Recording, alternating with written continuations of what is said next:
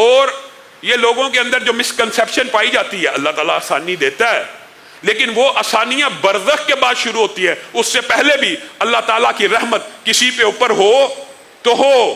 اور یہ دعا کرنی چاہیے اللہ تعالیٰ موت کی گھڑی آسان کرے. ایک تو تکلیف شدید ہوتی ہے، اوپر سے شیطان پورے لاؤ لشکر کے ساتھ اس وقت حملہ کر رہا ہوتا ہے جب انسان اتنا بے بس اور مجبور ہوتا ہے کہ اس کو کوئی ہلکی سی بھی روشنی کی کرن نظر آئے. کلا اذا بلغت التراقی وقیل من راق وظن انہ الفراق. اس وقت اللہ کہہ رہا نا جب حلق کے اوپر ایڑ لگانے لگتی ہے روح تو وہ ہر بندہ یہ کہتا ہے اب کوئی راکی لے کے آؤ، اب کوئی دم کرنے والا لے کے آؤ، اب روشنی کی کوئی کرن کہیں سے بھی مل جائے، کہیں سے بھی آ جائے، کہیں سے بھی مل جائے اور بندے کو کچھ نہ کچھ تھوڑی سی ریلیف پہنچا دے.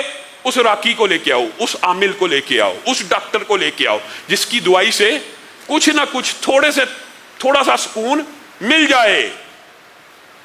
اس وقت انسان اتنی بڑی آزمائش میں ہوتا ہے اور ابلیس اپنے لاؤ لشکر کے ساتھ آ کے کہہ رہا ہوتا ہے ہاں مسلمان تھے، ایمان قبول کیا، اس وجہ سے تکلیف میں ہو. کسی کے اوپر کوئی پینترا، کسی کے اوپر کوئی پینترا، کسی کے اوپر کوئی عیسائی بن جاؤ، یہودی بن جاؤ، تکلیف میں رفع کر دوں گا. جب انسان چھوٹی سے چھوٹی روشنی کی کرن کی طرف بھاگ رہا ہوتا ہے اس وقت ہلکی سی امید، یہ فتنہ، یہ یاد رکھنا چاہیے. انسان کو پتہ ہونا چاہیے اگر اب میں دنیا سے جا رہا ہوں تو ابلیس نے آخری وار کرنا ہے. اور امام احمد ابن حنبل نے اس وار کو بیان بھی کر دیا، محدثین بیان بھی کر گئے ہیں. اللہ کا شکر ہے حالت نزع لگ گئی. امام احمد ابن حنبل کو لوگ کہنے لگے کلمہ پڑھ لیجئے. حضرت امام احمد ابن حنبل کے بارے میں دو الفاظ ملتے ہیں، کہتے ہیں لیس بعد، اور بعض روایات میں آتا ہے لما بعد، لیس بعد. لوگوں نے کہا محدث اعظم اتنا بڑا حدیث کا امام اور کہہ رہا ہے ابھی نہیں، ابھی نہیں، کلمہ پڑھنے کی تلقین کر رہے ہیں. جب ہوش کچھ قائم ہوئی تو پوچھا گیا آپ کو تو کلمہ پڑھنے کی تلقین کی جا رہی. کہا میں تو اس وادی میں تھا ہی نہیں، میرے سامنے تو ابلیس کھڑا تھا اور میں نے اس کو اپنی آنکھوں سے دیکھا اور مجھے کہنے لگا امام احمد ابن حنبل تو کامیاب ہو گیا، تو مجھ سے بچ گیا. میں اس کو جواب دے رہا تھا نہیں، ابھی کچھ سانس باقی ہیں، ابھی کچھ لمحات باقی ہیں. کہا آپ کو اس وقت میں یہ وسوسہ کیوں ڈالا؟ کہا رب سے ملاقات کا وقت قریب ہے اور دل میں یہ تکبر پیدا کرنا چاہتا تھا کہ میں پاک اور صاف ہو کے دنیا سے جا رہا ہوں. دل میں یہ تکبر پیدا کرنا چاہتا تھا. یہ موت کا اتنا سخت سنگین لمحہ، اس موت کی تیاری میں نے اور آپ نے کیا کی ہے؟ حتیٰ کہ رسول اللہ صلی اللہ علیہ وسلم کائنات کے اندر آپ سے زیادہ متقی کوئی ہے؟ آپ سے زیادہ کسی کا تقوی، پرہیزگاری، نیک اعمال کسی کے نہیں ہیں. وہ کہہ رہے ہیں اِنَّ لِلْمَوْتِ سَكَرَاتٍ، موت کی بڑی سختیاں ہیں. رسول اللہ صلی اللہ علیہ وسلم بار بار گرم بخار کی شدت میں جب ماتھے کے اوپر پانی ڈالا جاتا تھا تو حضرت فاطمہ کے کلیجے کو چوٹ لگتی تھی اور حضرت فاطمہ کہتی تھی ہائے میرے بابا کی تکلیف، ہائے میرے باپ کی تکلیف. تو رسول اللہ صلی اللہ علیہ وسلم مسکرا کے کہتے تھے اس وقت، آخری وقت میں، شدت کے وقت میں، سنن ابن ماجہ میں یہ حدیث موجود ہے. کیا کہا؟ فاطمہ آج کے بعد تیرے باپ کو کوئی تکلیف نہیں آئے گی، اور جو تکلیف میں سہ کے جا رہا ہوں قیامت تک کسی بندہ مومن کے اوپر بھی نہیں آئے گی. آپ اور میں کیا سمجھتے ہیں؟ امی عائشہ نے کہا تھا، اللہ کی قسم امی عائشہ نے کہا رسول اللہ صلی اللہ علیہ وسلم کی تکلیف دیکھ کے، اور یہ بھی یاد رکھیے انبیاء کے اوپر آزمائشیں اور تکلیفیں عام بندوں کی نسبت زیادہ آتی ہیں. اگرچہ وہ نیک، صالح اور متقی ہوتے ہیں، اگرچہ وہ گناہوں سے پاک اور صاف ہوتے ہیں، لیکن ان کے رتبے بھی اللہ نے بلند کرنے ہوتے ہیں. امی عائشہ اسی لیے کہا کرتی تھی اللہ کی قسم پھر مجھے کسی کے موت کی سختی سے اس کے بارے میں بدگمانی پیدا نہیں تھی ہوتی، کیونکہ میں نے رسول اللہ صلی اللہ علیہ وسلم کی موت کو اس عالم میں دیکھا ہے کہ آپ کا سر مبارک میری ٹھوڈی اور سینے کے مابین ہے. مجھے کوئی کہتا تھا آسان موت آئی تو مجھے اس پہ بھی رشک نہیں تھا آتا، مجھے کوئی کہتا تھا سخت موت آئی تو مجھے اس کے اوپر بھی یہ بدگمانی پیدا نہیں تھی ہوتی. گویا یہ انسان کو اس کے حسب ایمان آزمایا جانا یقینی اور بدیہی ہے. قل ان الموت الذی تفرون منہ فانہ ملاقیکم، بھاگو، اللہ کہہ رہا ہے جس موت سے بھاگتے ہو یہ تمہیں لا محالہ ملنے والی ہے. میرے بھائیوں، کون ہے جو بچ گیا ہے؟ جتنے بیٹھے ہیں، آج 2022 ہے، 1922 کا کوئی شاید ایک آدمی اس مسجد میں بیٹھا ہو، ایک بھی نہ بیٹھا ہو 100 سال پرانا کوئی نہیں، 200 سال پرانا ایک بھی نہیں، ممکن نہیں۔ جنات میں ہوں تو ہوں، انسانوں کی بات ہو رہی ہے، ایک بھی نہیں۔ دھرتی کے اوپر 100 برس نہیں گزرتا، سارے کے سارے زمین کے اندر چلے جاتے ہیں۔ اتنی بڑی حقیقت ہے، اتنی بڑی حقیقت ہے، یقین پھر نہیں ہے، ایمان پھر نہیں ہے۔ حقائق تو بنی ہوئی ہیں، اگرچہ حقائق صرف اصلاح کے لیے ہوتی ہیں، لوگوں کو سمجھانے کے لیے ہوتی ہے، غیر مستند بھی ہوتی ہیں، کئی مستند بھی ہوتی ہیں۔ ایک حقائق یہ بھی موجود ہے کہ اسرائیل کی یعنی ملک الموت کی ایک بندے سے دوستی ہوگی، اور بندہ کہنے لگا جناب اسرائیل، آپ جب میں مرنے کا میرا وقت آئے اس سے 1 سال پہلے مجھے بتا دینا، تاکہ میں 1 سال پوری عبادت کروں اور کھل کھلا کے، یہ آپ کو سمجھانے کے لیے حقائق بنی ہوئی ہیں، کھل کھلا کے اللہ کو راضی کرنے کی پوری جستجو کروں گا۔ ٹھیک ہے۔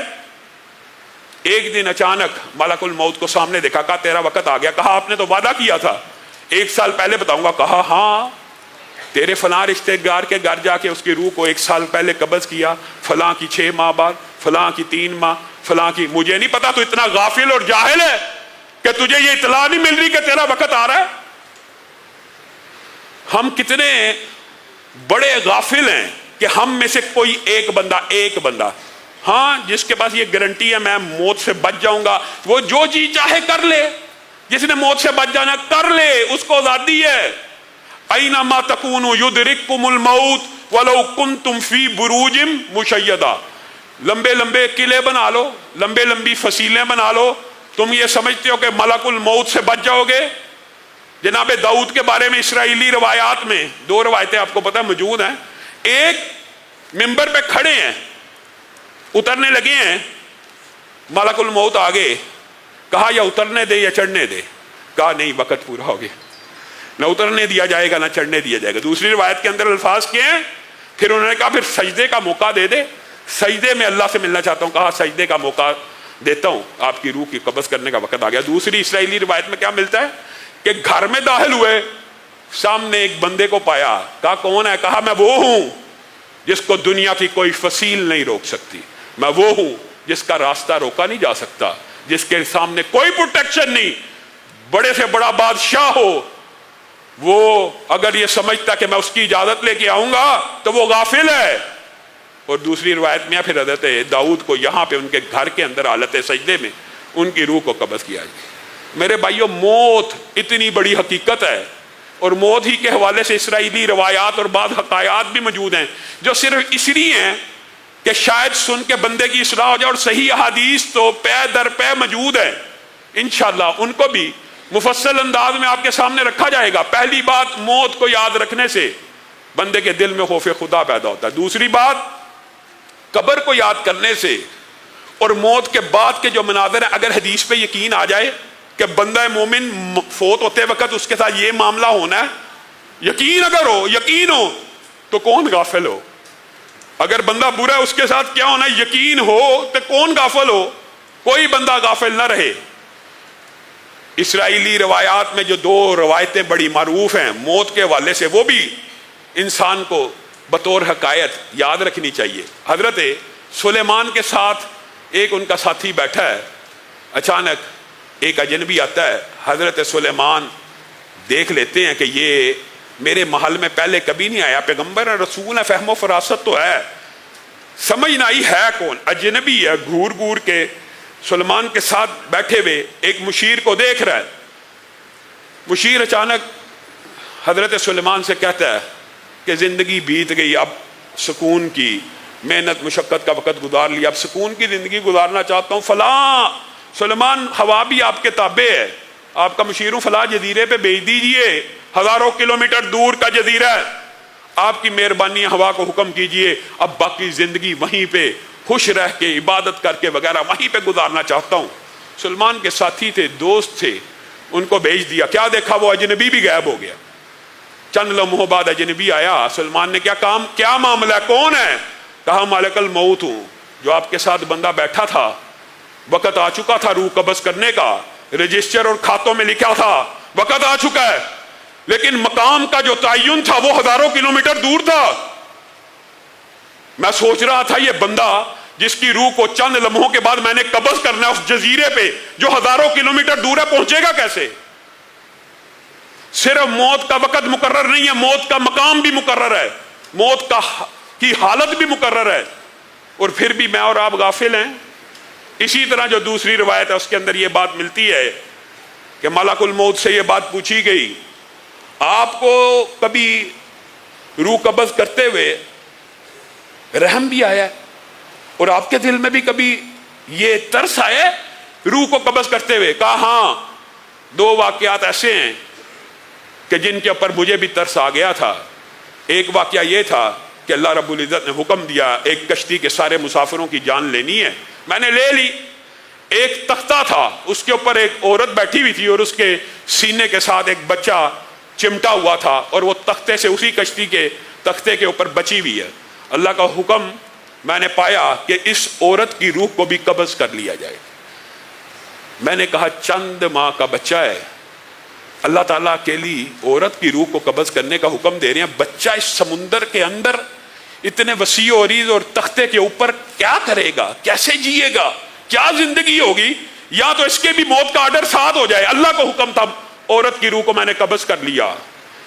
دوسرا لمحہ جس وقت مجھے ترس آیا کسی بندے پہ، شداد نامی جادوگر تھا، اس نے ساری زندگی سٹرگل محنت کر کے پیسہ جوڑ کے مال و دولت اکٹھی کر کے جھوٹ فراڈ ہر چیز کی حلال و حرام مکس کر کے اپنے محلات بنائے، اپنے باغات بنائے، بناتا گیا، سینکڑوں مزدور لگائے، ہزاروں معمار لگائے، بناؤ بناؤ بناؤ بناؤ، ساری زندگی کی پونجی اس پہ لگا دی اور اس کو اپنے تخیل کے مطابق ڈیکوریٹ بھی کر لیا. جب وہ اپنے اس باغ اور محل اور جنت کے سامنے پہنچا تو اللہ کا حکم پایا کہ اس کی روح کو قبض کر لیا جائے. تو میرے دل میں یہ خیال آیا کہ اگر اس کو دیکھنے کی مہلت ہی دے دی جاتی، آگے تو عذاب ہیں ہی ہیں، زندگی کے اندر اس نے جو ساری زندگی کی حلال و حرام کے ساتھ کمائی کی تھی، دیکھنے کی مہلت دے دی جاتی تو اللہ کی بارگاہ میں کیا کمی آ جاتی. اس روایت اسرائیلی میں جو حقائق کے طور پہ بیان کی جاتی ہے، الفاظ اللہ اس کو ملک الموت کو اس کے جواب میں کہتے ہیں جن 2 چیزوں پہ تو نے ترس کیا تو دونوں کی حقیقت کو نہیں پہچانتا. یہ وہ بچہ تھا جو سمندر کی لہروں پہ اکیلا تھا، اس کے رب نے اس کو تھاما، اس کے رب نے اس کی پرورش کی، اس کو پالا، اس کو پوسا. یہ بچہ جوان ہوا، بڑا ہوا، اعضاء قوی ہوئے، مضبوط ہوئے اور رب ہی کے سامنے اکڑ گیا اور اپنے لیے یہ باغات بنانے لگے. یہ وہی بچہ ہے، گویا تو نے 2 دفعہ اگر ترس کھایا تو اسی کی ماں پہ کھایا اور اسی پہ کھایا. میں اور آپ موت کی حقیقت کو سمجھنے کے بعد ہم میں سے ہر ایک نے اپنے باپ دادے کو، بہت سے دادے پردادوں کو اپنے ہاتھوں سے دفنایا. اسی مسجد کے اندر آپ نے بہت سے نمازیوں کو یہاں سے ان کے جنازے اٹھتے ہوئے دیکھا ہے. کیا عبرت پکڑی ہے؟ یہ جو جنازے کے اوپر میت پڑی ہوتی ہے یہ کسی غیر کی میت نہیں، یہ آپ کی اور میری ہی میت ہوتی ہے. اگر میں اور آپ موت کے اس فلسفے کو سمجھ لیں، وَجَاءَتْ سَكْرَةُ الْمَوْتِ بِالْحَقِّ ذَلِكَ مَا كُنْتَ مِنْهُ تَحِيدُ، اور جب موت کی کرواہٹیں اور سختیاں آ جاتی ہیں جن سے تم بھاگتے ہو، اور میرے بھائیو اللہ کی قسم یہ اتنی تلخ حقیقت ہے کہ سختیاں اور تکلیفیں تو بندہ مومن برداشت کرتا ہے کسی نہ کسی حد تک، لیکن یہ کسی فاسق فاجر کافر پہ آتی ہے نا، اللہ اکبر، وہ بھی منظر بڑے عجیب ہیں. اور حدیث کے اندر کیا محدثین مفسرین اور اپنے علم کے مطابق کہتا ہوں، زندگی کے اندر پوری دنیا میں دنیا کا سب سے بڑا کافر فاسق فاجر بے ایمان بھی ہو، اگر اس کو صرف ایک لمحہ موت کے سامنے کر کے دوبارہ زندگی دی جائے تو وہ دنیا کا سب سے بڑا عابد بن جائے. لیکن زندگی کا سسٹم یہ ہے کہ ایک ہی دفعہ ملنی ہے، یہی بات ہے اصل.